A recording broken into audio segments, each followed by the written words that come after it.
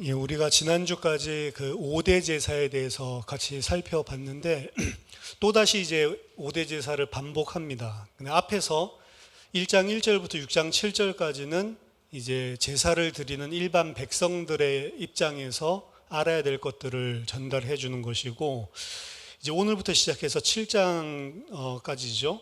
거기에서 이야기하는 것은 이제 제사장이 알아야 되는 내용들, 그래서 추가적인 내용으로 이 앞에서 등장했던 것과 그리고 지금 등장하는 것을 사실은 합쳐서 다 알아야 되는데 이렇게 구분을 시켜놨습니다.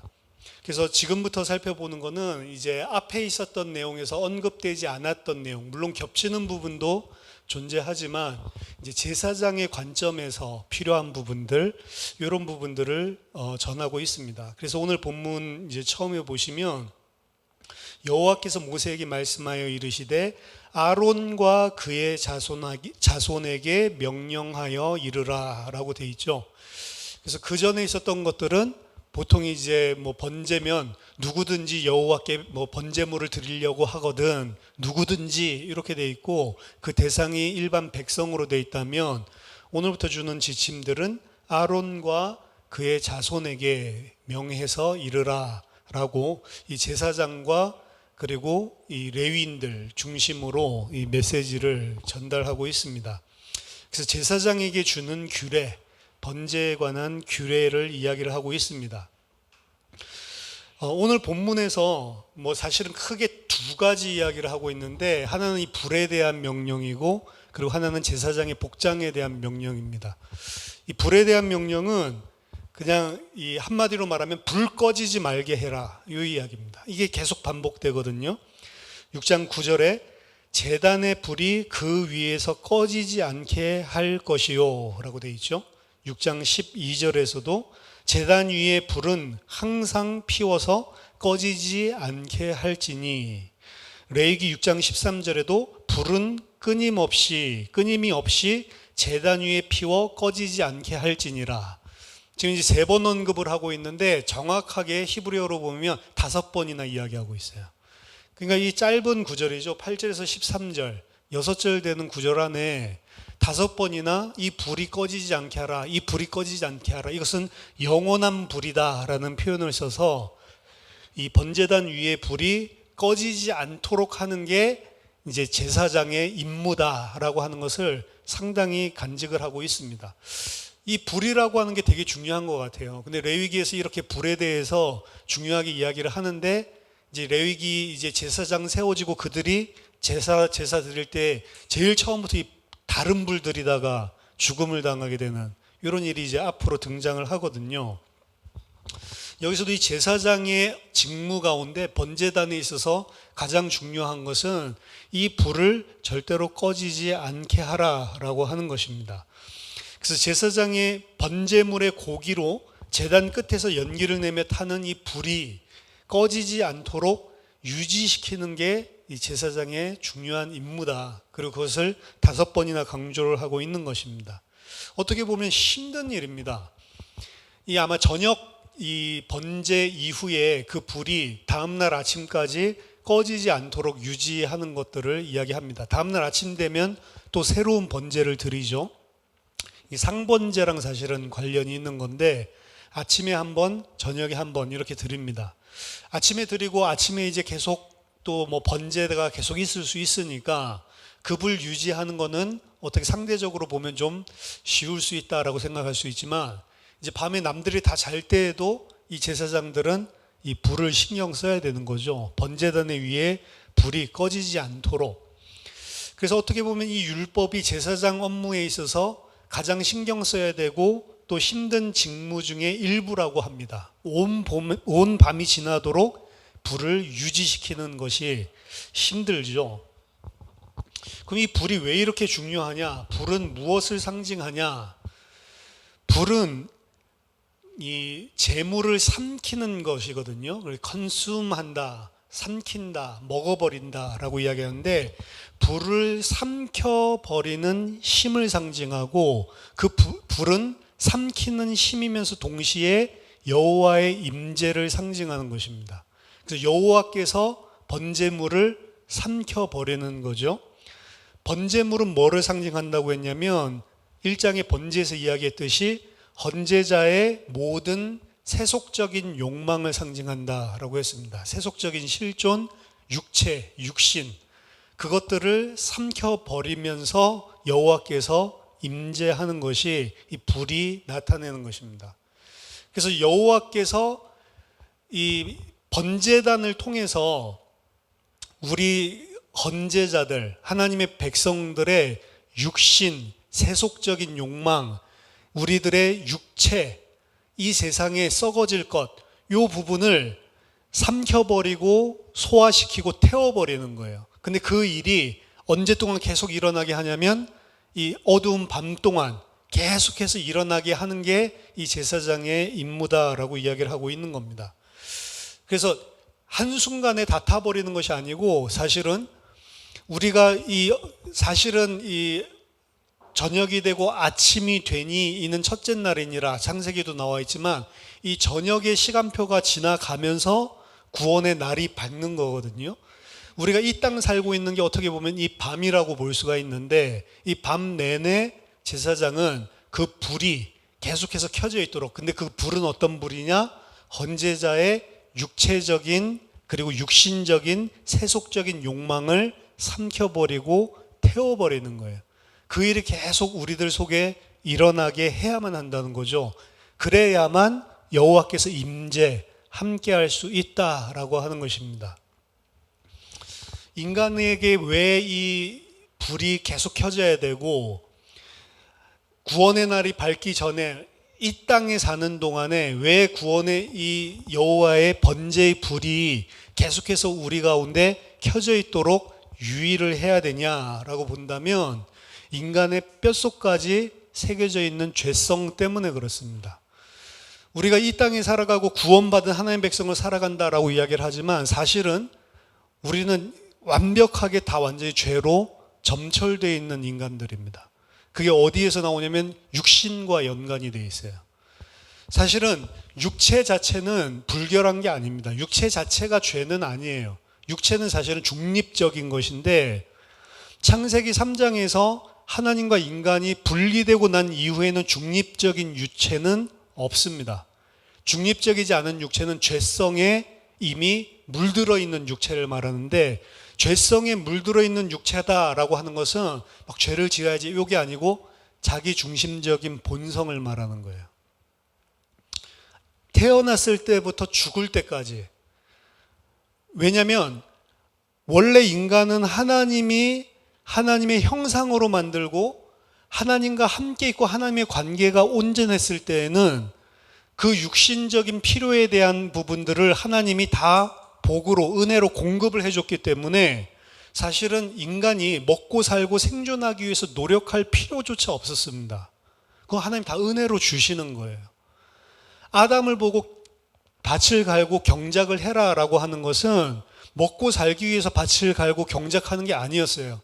에덴 동산 제가 설명할 때 이야기 드렸죠. 에덴이라고 하는 지역의 동쪽에 하나님께서 동산을 만들어 두시고 거기에 아담과 그리고 하와겠죠. 첫 인간을 온전한 인간을 그때 하나님께서 밖에서 만들어서 그 동산 안에 두시고 뭐라고 말했냐면 밭을 갈라라고 이야기를 했거든요. 뭐랑 관계 있는 거냐면 밭을 갈아서 이제 먹고 살아야 되는구나 그게 아니고 에덴에 있는 그 동산이 에덴 전역으로 확장시키는 게 아담의 임무였어요. 근데 그 확장시키는 것은 어디로부터 내가 먹고 살기 위해서 일하는 그 일이 아니고 먹고 살고 내가 생명이 있고 이거는 하나님의 복으로 다 자연적으로 공급되어지는 것이었고 이것은 내가 먹고 살기 위한 나를 위한 것이 아니고 하나님이 말씀하신 하나님이 창설하신 에덴 동산을 온 에덴 지역에 채우는 일에 하나님과 함께 동역하는 개념이에요. 어떻게 보면. 그래서 사실은 그 밭 가는 일은 오늘날에 일하지 않으면 먹지 못하지 이런 생존의 개념이 아니었단 말이야. 안 먹어도 사실은 죽지 않는다. 저는 그렇게까지도 생각을 할 수 있다고 보는데 인간이 어느 날부턴가 내가 일하지 않으면 이 땅이 저주를 받아서 먹지 못하고 살지 못하게 된다. 이건 창세기 3장에 나오는 저주입니다. 너희 먹을 것은 밭의 채소인즉 네가 일을 해고 얼굴에 땀이 흘려야 먹고 살게 되는 거는 사실 원래 인간에게 줬었던 지위가 아니란 말이에요.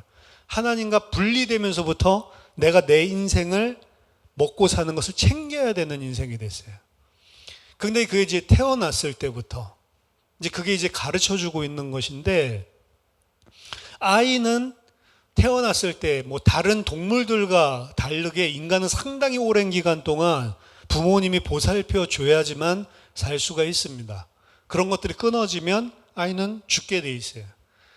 그러니까 뭐 요즘에 철없는 뭐 부부가 뭐 19살, 18살 뭐 이렇게 일찍 그 아기 낳고 고등학교 졸업할랑 말랑 이럴 때부터 이래가지고 둘이 부부가 이제 뭐 게임한다고 2박 3일 동안 라면 끓여 먹고 이러면서 게임한다고 애를 갖다 3일 동안 방치해서 애가 죽고 뭐 이런 것도 뉴스에 나오잖아요.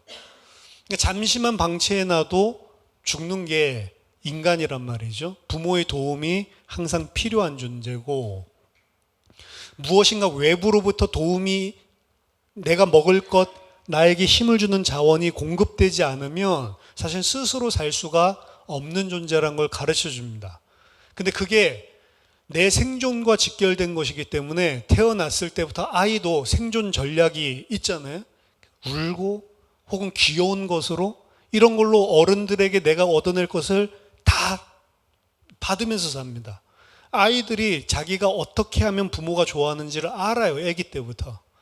그리고 젖을 먹고 싶을 때 우는 것도 진짜로 힘들어서 처음에는 울지 몰라도 나중에는 울면 젖 준다, 울면 내 불편함이 해소된다라는 거 알기 때문에 방법으로 활용합니다. 이 아이들이 계속해서 그래요. 그래서 부모를 완전히 들었다 놨다 하죠. 그렇죠? 가지고 놉니다. 부모님들은 알면서도 저죠. 어쩔 수가 없어요.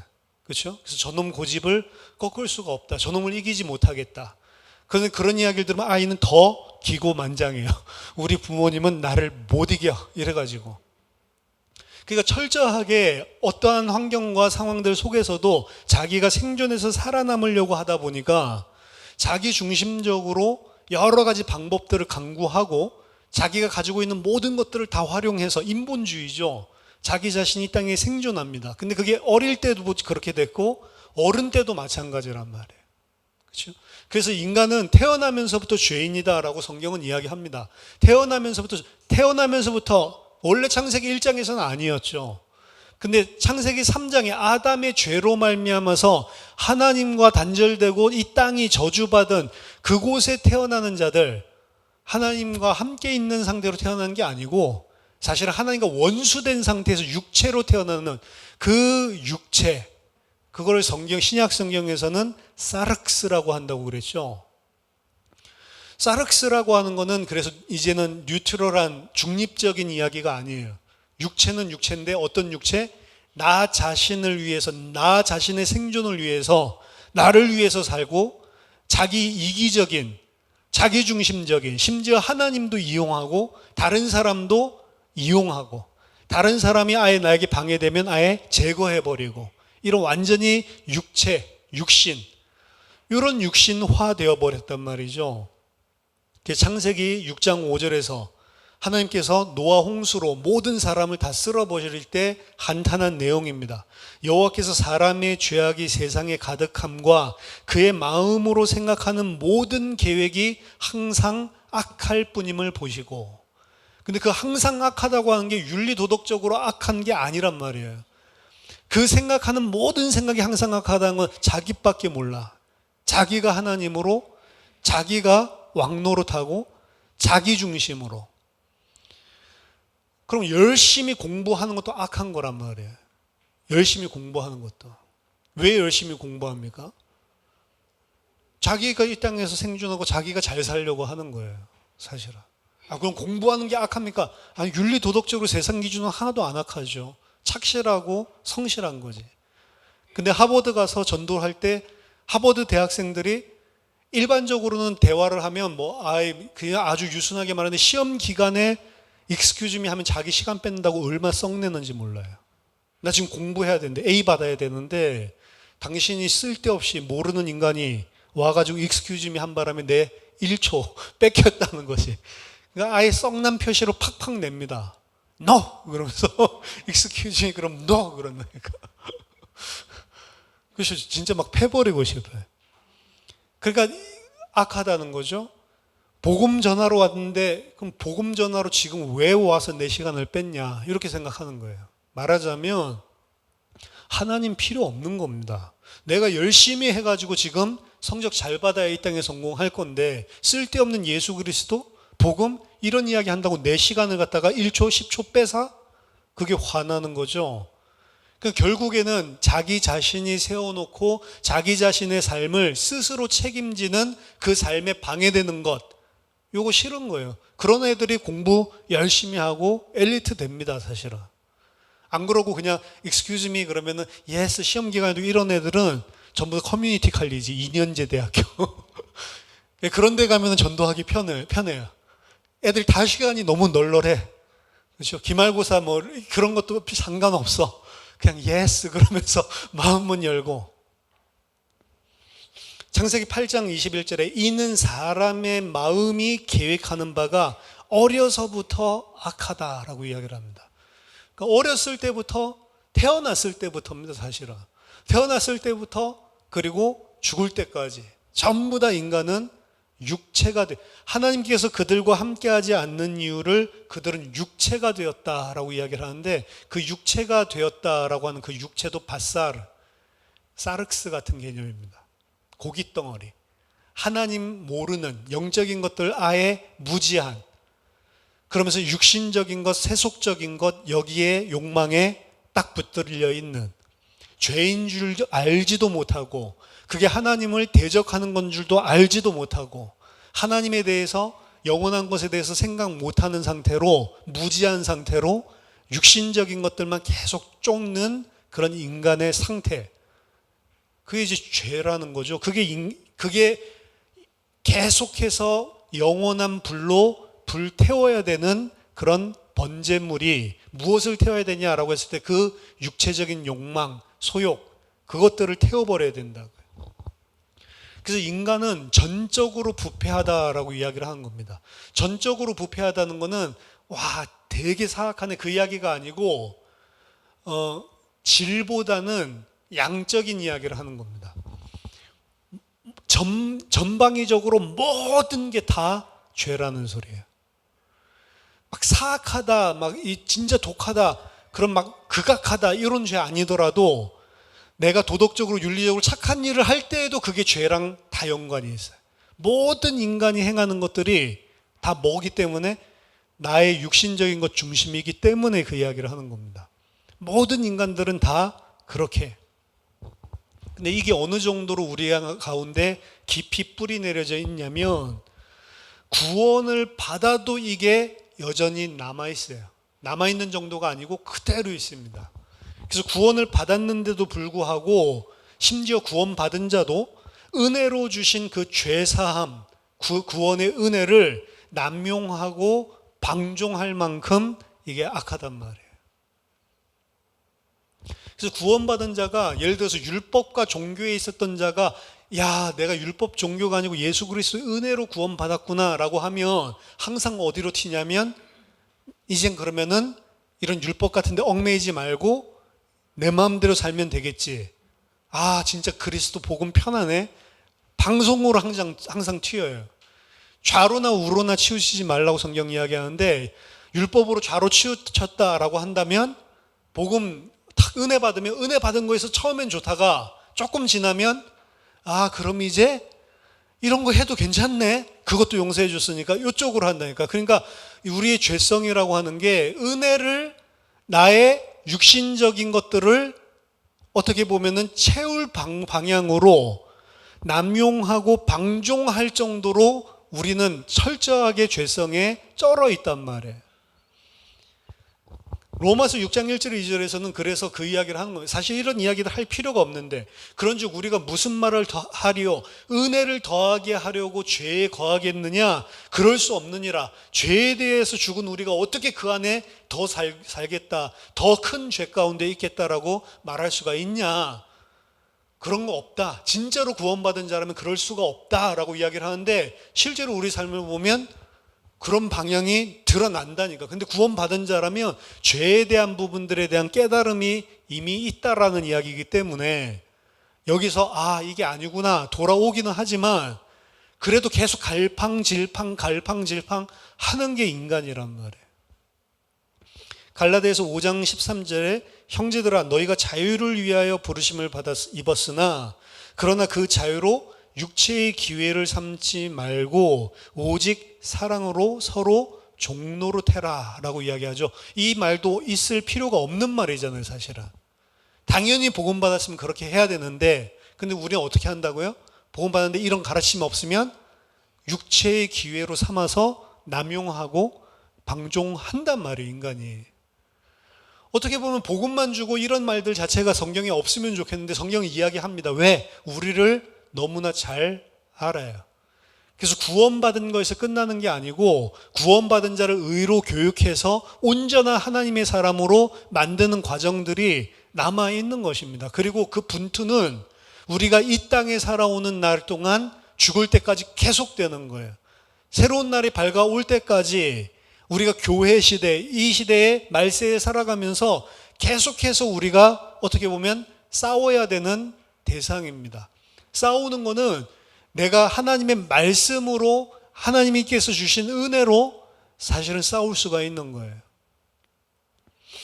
그래서 불이 꺼지지 않도록 지키는 제사장의 업무는 보통 일이 아닌 것입니다.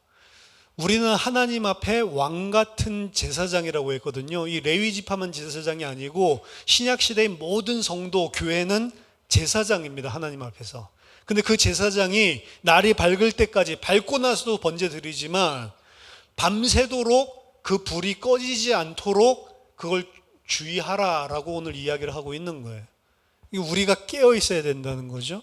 우리가 그 불을 살려야 된다는 거죠. 그 불을 통해서 뭘 한다고요? 우리 육체의 소욕이 계속 타고 하나님의 불에 의해 먹히고 삼켜지고 여호와께서 우리와 함께 온전하게 임재할 수 있도록 그 일을 제사장이 하라라고 이야기를 하는 거예요. 이게 말하자면 예수님이 말하신 거라고 치면은 제자들에게 누구든지 나를 따라오려거든 자기를 부인하고 십자가를 지고 나를 쫓을 것이다 라고 이야기를 하는 겁니다. 그러면서 뭐라고? 누구든지 자기 목숨을 구원하려고 하면 잃을 것이고 자기 목숨을 나를 위하여 자기 목숨을 잃어버린 자는 살릴 것이다.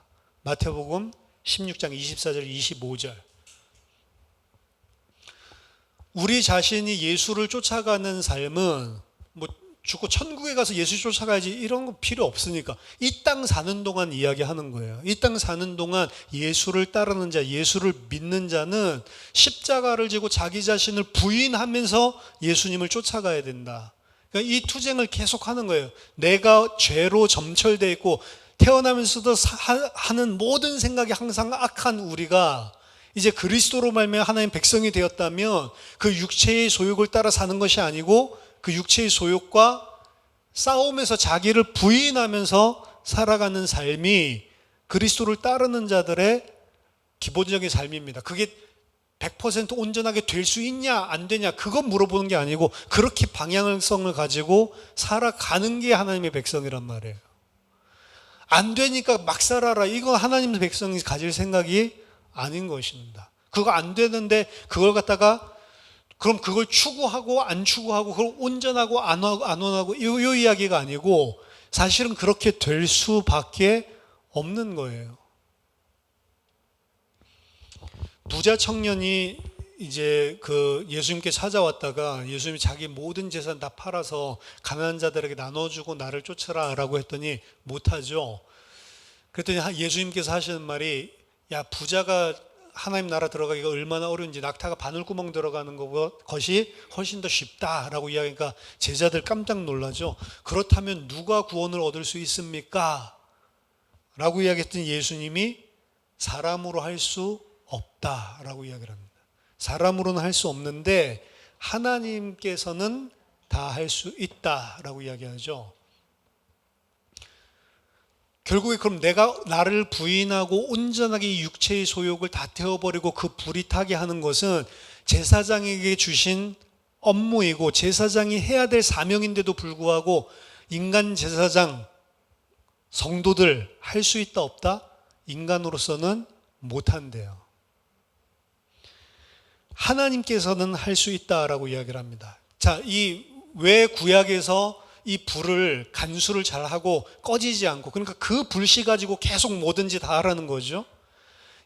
성전 안에 들어갈 때 향단의 불씨도 여기서 다 취하하고 이 오리지널 불을 없애지 말라는 거죠. 근데 사실 불 보면 솔직히 제단에 있는 불이나 지금 거기 가정집 천막에서 그냥 피운 불이나 똑같잖아요. 그렇죠? 뭐 다르겠어? 장작불에 붙여놓으면 이 불이랑 저 불이랑 구분 갑니까? 구분 안 가죠. 그러니까 그냥 다른 불로 드리는 거예요. 왜? 내가 봤을 때 똑같은 불인데 뭐. 그렇죠? 근데 이걸 갖다가 하나님은 구분을 하거든요. 인간이 그냥 내 집에서 가져온 불 가지고 향단 불 피우면 여호와의 소멸하는 불이 나와서 살라서 죽여버렸단 말이에요. 그렇죠? 꼭 요 불로만 해야 돼. 왜 이 불이 중요하냐? 이 칼빈은 이 본문을 가지고 왜 이 불을 그렇게 중요하게 하지? 이 성막과 성전에서 이제 하나님께 번제물을 바치는데 이 레위기 9장 24절과 역대하 7장 1절을 들어서 이 불은 그냥 불이 아니고 하늘로부터 내려온 불이다라고 이야기를 합니다. 레위기 9장 24절에 불이 여호와 앞에서 나와 제단 위에 번제물과 기름을 사른지라 온 백성이 이를 보고 소리 지르며 엎드렸더라. 그러니까 처음에 이 성막에서 번제를 드릴 때 그냥 불이 나온 게 아니고 이 불 어디서 왔다고 하냐면 여호와 앞으로부터 하늘에서 불이 떨어졌다라고 보는 거예요. 그러니까 이 불은 다른 불이죠.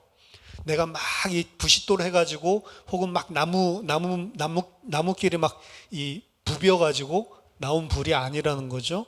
역대하 7장 1절에서도 성전 처음 만들었을 때 솔로몬이 기도를 마침에 불이 하늘에서부터 내려와서 그 번제물과 제물들을 살랐다라고 되어 있어요. 똑같은 이야기죠. 성막 만들었을 때도 그렇고 그리고 성전 만들었을 때도 그렇고 처음 제사장 세워져 가지고 이제 성전 또 봉헌할 때 그때 번제물을 드릴 때의 불은 어디서부터 왔냐면 여호와로부터 하늘에서부터 내려온 불이다. 이 이야기를 하고 있는 겁니다. 따라서 이 불이 영원히 꺼지지 않게 하라라고 하는 그 불은 사실은 누구를 말하는 거냐면 여호와로부터 내려온 불. 그래서 우리의 죄를, 우리의 육신적인 소욕을 태우는 불. 이 불은 예수 그리스도를 상징하는 겁니다. 사실은 인간의 불이 아니에요. 그렇기 때문에 사람으로서는 할 수 없지만 하나님으로서는 할 수 있다라고 이야기를 했죠. 우리의 육체적인 육신적인 소욕을 태우고 삼키는 불은 사실은 사람이 피우는 불이 아니고 하나님께서 준비하셨다가 우리의 육체적인 소욕을 태우기 위해서 내려오신 예수 그리스도, 그 불로만 사실은 태워질 수가 있는 거예요. 그렇기 때문에 육체적인 제사장으로서 사실은 우리도 할 수 없는 것을 사실은 예수 그리스도를 통해서 하셨고, 우리가 그 불을 간수한다라고 하는 것은 예수 그리스도께서 우리를 위해 어떤 일을 행하셨고 어떤 일을 행하시는지를 계속 기억하고 상기시켜야 된다는 겁니다. 그래서 히브리서 7장 25절에 보면 예수 그리스도를 뭐라고 하냐면 그러므로 자기를 힘입어 하나님께 나아가는 자들을 온전히 구원하실 수 있으리니, 이제 하나님께 나아가는데 어떻게 나아가냐면 예수 그리스도를 힘입어 하나님께 나아가는 자들, 그들을 온전히 구원할 수 있는 분이다 라고 이야기를 하고, 이는 그가 항상 살아계셔서 그들을 위하여 간구하심이라. 자, 영원히 꺼지지 않는 불은 처음에는 이렇게 생각해요. 제사장들은 그 불을 갖다가 끄지 않아야 된다, 성도들은 그 불을 끄지 않아야 된다, 이렇게 했는데 사실 우리는 꺼트려요, 계속해서. 근데 신약에 성취되고 봤더니 그 불을 끄지 않는 분은, 진짜 제사장은 누구였냐면 내가 아니고 다른 인간 제사장이 아니고 우리를 위하여 항상 살아계셔서 항상 우리를 위해서 간구해 주시는, 불을 끄지 않으시는 제사장이 하늘에 계시단 말이죠. 그게 예수 그리스도입니다. 그래서 상번제를 우리가 드리는 줄 알았더니 우리가 드리는 상번제는 끊어질 수밖에 없는 것이고, 그 불씨도 살릴 수 없는 그런, 우리는 불완전한 존재지만 하나님 앞에 영원히 꺼지지 않는 불로 하나님께 향기로운 냄새를 바라고 계시는 참 제사장이 있는데, 그게 예수 그리스도라는 거예요. 우리가 불 안 끌려면 시겁하겠죠. 근데 예수 그리스도가 우리를 대신해서 그 불이 꺼지지 않도록, 그래서 하나님 앞에서 우리를 위해서 항상 간구를 하고 계시는 제사장이 되신다라고 이야기를 합니다. 그래서 히브리서 7장 28절에 율법은 약점을 가진 사람들을 제사장으로 세웠거니와 율법 후에 하신 맹세의 말씀은, 이게 새 언약이죠, 영원히 온전하게 되신 아들을 제사장으로 세웠다라고 이야기를 합니다. 그래서 사실 우리가 육체의 소욕을 태우는 일들이 어떻게 보면 우리는 멈출 수 있을지 몰라요. 왜? 우린 죄덩어리니까. 그렇지만 예수 그리스도는 그 우리를 위해서 그 육체의 소욕을 태우고 하나님 앞에 향기로운 냄새를 발할 수 있도록 제사장 되셔서 우리를 위해 상번제를 항상 드리고 있다는 거. 그래서 이거 어떻게 보면은 감사한 것입니다. 제사장들 보고 하라고 이야기했는데 그 제사장 누구냐? 예수님 이야기하는 거예요. 사실은 인간 제사장은 뭐 이거 불 살리는 것만 못할 뿐만 아니라 귀찮으니까 다른 불로 하나님 앞에 향로 가지고 갔다가 죽었다니까요. 초장부터. 근데 예수 그리스도께서 이 일을 대신 해주시는 거죠. 참 제사장으로. 그리고 오늘 이 제사장에 대한 이 규정, 두 번째, 큰 두 가지가 있다고 그랬죠. 하나는 이 불에 대한 규정이고, 두 번째는 의복 규정이라고 말씀드렸습니다. 6장 10절 11절 보면 제사장은 세마포 긴 옷을 입고 세마포 속바지로 하체를 가리고 제단 위에서 불태운 번제의 재를 가져다가 제단 곁에 두고 그 옷을 벗고 다른 옷을 입고 그 재를 진영 바깥 정결한 곳으로 가져갈 것이요. 자, 제사장에게 이 옷이 있는데 세마포 긴 옷을 입고 이 번제단에서 섬기도록 이렇게 이야기를 했고, 그 세마포 긴 옷, 겉옷 안에도 세마포 속바지, 그걸로 하체를 가리우라 라고 이야기를 했죠. 그리고 재를 갖다가 이제 진영 바깥으로 갖다 버릴 때에는 그 새로운 옷으로 갈아입고, 이 세마포 옷은 어디서만 입는 거냐면 그 성막 안에서만 입는 거예요. 성막 안에서 번제단 일을 할 때 하는 거고, 그 성막 이제 바깥으로 나갈 때에는 이제 다른 옷을 입고, 그리고 진영 바깥으로 가서 그 재를 버려라 라고 이야기를 합니다. 제사장들의 세마포는 거룩한 옷이고요, 제단과 그리고 성소에서 직무를 수행할 때만 입을 수 있었습니다. 성소와 제단의 업무를 끝내고 바깥으로 나갈 때에는 다른 옷으로 반드시 갈아입어야 돼요. 그 의복이, 거룩한 의복이 더러워지지 않도록 하기 위한 것입니다. 따라서 이 절차 중에 제사장은 의복을 갈아입으라고 하는 것이고, 그 의복을 갈아입는 것은 뭐랑 관련이 있냐면 거룩함과 관련이 있는 겁니다. 그래서 거룩한 곳과 그리고 거룩하지 않은 것, 거룩한 영역과 세속적인 영역 사이를 구분짓고 있는 거예요. 거룩한 영역에 있을 때에는 뭘 항상 입고 있어야 되냐? 이 제사장은 거룩한 옷, 세마포와 그리고 속바지까지, 세마포로 만든 속바지까지 입고 있어야 된다라고 이야기를 하고 있습니다. 근데 그 세마포 안에 있는 이 속바지는 하체를 가린다라고 되어 있는데, 원래 원어에는 하체를 가린다고 안 되어 있어요.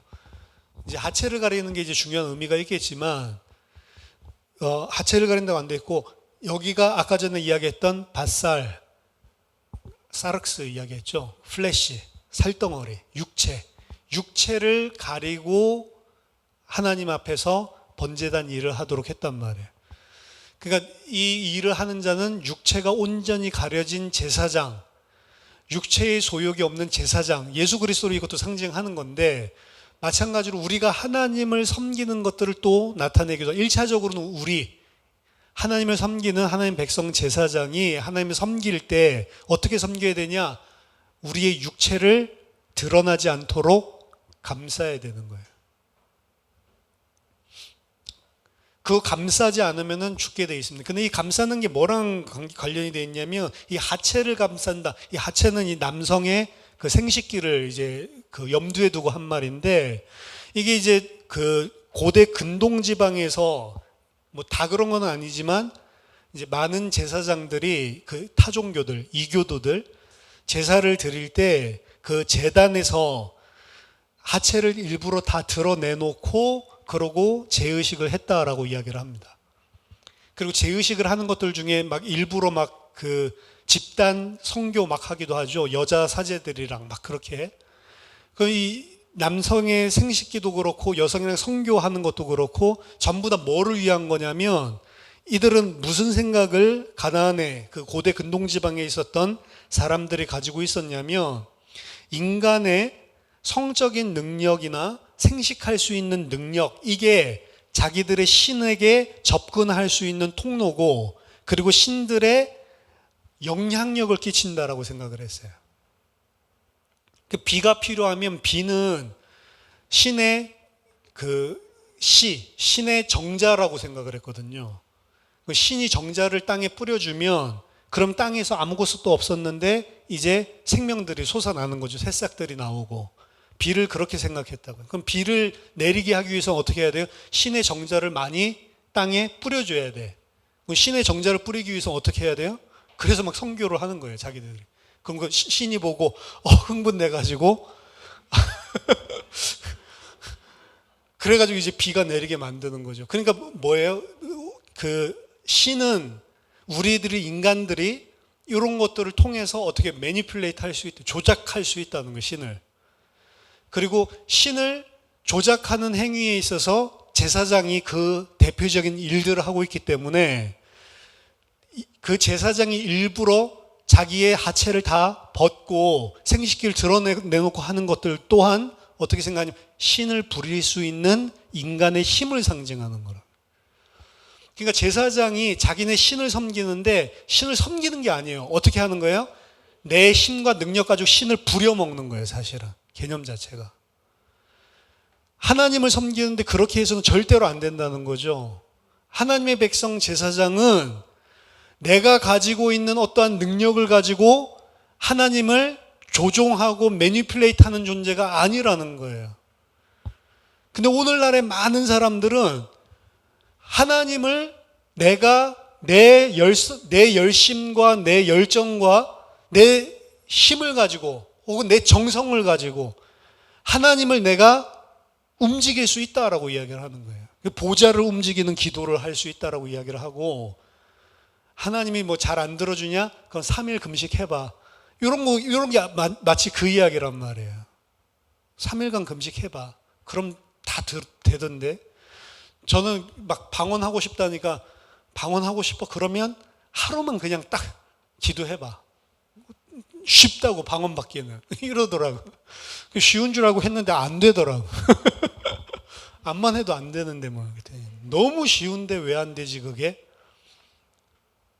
안 돼서 다행이지. 만약에 제가 그때 받았으면 저도 쉽구나. 그냥 하루 정도 땡깡 피우면 하나님 원하시는 거 다 받아낼 수 있구나. 이렇게 생각했을 거 아니에요. 예전에 그 신비주의 하였었던 그룹들, 비냐드 운동 이런 것들이 우리나라에도 굉장히 많았죠. 그래가지고 뭐 집회 같은 것들 하면은 이 성령 받으라라고 이야기하고 뭐 장풍도 쏘고 넘어지고 노래하고 막 닭소리 내고, 그렇죠? 무슨 성령 받으면 막 닭 울음소리를 낸대. 여기 꽃게요 하고 저기 꿀꿀꿀꿀거리고 집회에서 진짜로. 근데 뭐 12가지 울음소리래요. 12지간인지. 근데 그걸 갖다가 막 야, 성령이 임했다라고 이렇게 본다고. 사이코들이죠. 근데 그곳에서 이야기를 하는 것들도 마찬가지입니다. 성령의 능력을 잘 줄 수 있는 은사자가 앞에서 손을 내밀거나 그 사람이 분위기들 찬양으로 뜨겁게 만들어 놓고 이렇게 하면 성령이 역사한다는 거예요. 그래서 그런 집회들 가죠. 그런 것들 체험하려고. 이런 것들이 말하자면 고대 근동지방에 있었던 이교도들이 빨가벗고 제사 드리고 있는 거랑 똑같은 거라고요. 기독교 안에도 그러니까 이게 얼마나 많은지 모릅니다. 하루 금식에서 안 되면 3일 금식하고 3일 금식에서 안 되면 7일 금식하고 40일 금식은 하나님이 이거는 못 참지. 반드시 응답해 주지. 그렇죠. 요새 뭐 이거는 못 참지. 뭐 이런 이야기들 많이 하는데 네가 40일 금식까지 해? 이거는 못 참지. 하나님 응답해 줘야 되고. 그렇게 생각을 한다니까요. 근데 하나님의 백성들이 제사장으로 하나님 앞에 제단 일을 섬길 때에는 인간의 육체, 바살, 인간의 사르크스 이것 자체를 싹 다 가려버리고 해야 된다는 것은 내 힘과 능력으로 나의 잘난 정성 가지고 하나님 움직이는 거 아니란 말이에요. 내 것 내세울 게 하나도 없다라고 하는 것입니다. 만약에 우리가 하나님께서 무엇인가를 주셨다면 모든 것 다 은혜로 은사로 주어진 거지 내가 잘나서 내 메리트 가지고 받은 것들 없단 말이야. 인간적인 힘을 과시해서 신을 갖다가 움직이는 거 아니란 말입니다. 그런데도 불구하고 우리가 힘들고 어려울 때 하나님께서 그런 부분들에 응답을 주셨다라고 한다면 그 응답이 기쁜 게 아니고 어찌해서 하나님이 나를 이렇게 불쌍히 여겨주시지? 그 은혜가 감사한 것 뿐이죠. 그걸 가지고 어떻게 내가 3일 동안 기도했더니 이렇게 됐다 이런 식으로 말을 할 수가 있냐고. 하나님을 섬기는 제사장의 기준이 완전히 다른 것입니다. 그렇기 때문에 이 제사장들은 자기 자신의 힘 가지고 제사장 일을 하고 있다고 생각하면 안 되는 거예요. 근데 구약의 제사장들 그리고 예수님 오셨을 당시에 있었던 제사장들은 어떻게 생각하면 그 제사장 자리를 특권으로 생각을 했다고. 백성들 위해 군림할 수 있는. 그러니까 썩어 빠진 거죠. 대제사장 자리 차지하기 위해서 독살시키고 독살시켜가지고 대제사장 됐는데 지도 3일 만에 암살당하고 이런 일들이 일어났다니까요. 그래서 예수님 당시 때까지 그 제사장의 이 이름이 다 있거든요. 그거 다 뽑아놓은 거 보면 포로기 끌려갈 때까지 제사장의 숫자가 뭐 예를 들어서 30명이라고 치면 갔다 오고 나서 150년 동안 있었던 숫자가 30명이야. 그러니까 원래는 그 영속직이잖아요. 그냥 대제사장님 죽을 때까지 대제사장이잖아요. 근데 대제사장이 금방 죽거나 아니면 빨리 갈아치워버리는 거예요. 살아있어도. 나 필요한. 그래서 신약 성경에 보면 대제사장들이라고 하는 표현이 나오는 거예요. 대제사장들이 있을 수가 있어요? 할아버지 살아있는데 내 아들 그냥 내 손자 그냥 시켜버리는 거예요. 대제사장 가문. 그러니까 어떻게 생각해서 다른 편에서 저것들이 다 해먹으려고 그러네. 그래서 암살해버리고 이제 자기가 대제사장 되면 자기가 죽기 전에 자기 아들 또 세우는 거예요. 근데 제사장 어떻다고요? 자기 육체를 드러내면 안 된다고요. 왜? 자기 자신 육체, 자기 자신 하나님 앞에 메리트 있을 만한 그 아무것도 없는 존재라는 거예요. 자기 자신이 하는 거 가지고 하나님을 조작할 수 없는 존재란 말이에요. 그걸 아는 자들이 하나님을 섬기는 거예요. 제단에서. 그래서 인간의 육신적인 소욕과 인간의 육체적인 모든 기준들을 다 말살시키는 게 불과 그리고 제사장의 이 의복 규정에 나타나 있는 것입니다. 그리고 그게 번제의 가장 중요한 의미이기도 하고. 근데 우리가 그걸 못하니까 우리를 위해서 그 일을 대신 해줄 제사장 예수 그리스도를 세우시고 그 그리스도가 우리를 그렇게 만들어 가시는 거예요, 사실은. 그래서 이 일들을 하나님께서 우리에게 시킬 때 우리는 자기 자신을 부인하고 십자가를 지게 되는 겁니다. 그게 이제 고난이라고 이야기를 하는데 어떤 의미에서는 고난이 아니고 내가 죄인이기 때문에 그게 고난인 거야. 내가 죄인이기 때문에 그게 고통스러운 거지 원래는 고통스러운 것도 아닙니다. 당연히 돼야 될 일이에요. 그래서 우리가 좀 은혜 받고 이렇게 하잖아요. 그럼 박탈당하고 이런 게 힘들지가 않아요. 근데 은혜 못 받고 내가 육체 가운데 있으면 죄성으로 딱 생각하고 있으면 너무 힘들어, 이 세상이. 내가 이 세상 너무 힘들다는 것은 뭐냐면 내가 육체로 지금 보고 있기 때문에 그런 거예요. 근데 은혜 받잖아요. 그거보다 더한 일인데도 은혜 받고 있을 때는 아무렇지도 않아. 힘들어야 되는데 안 힘들다니까요. 그래서 여러분들 힘들죠?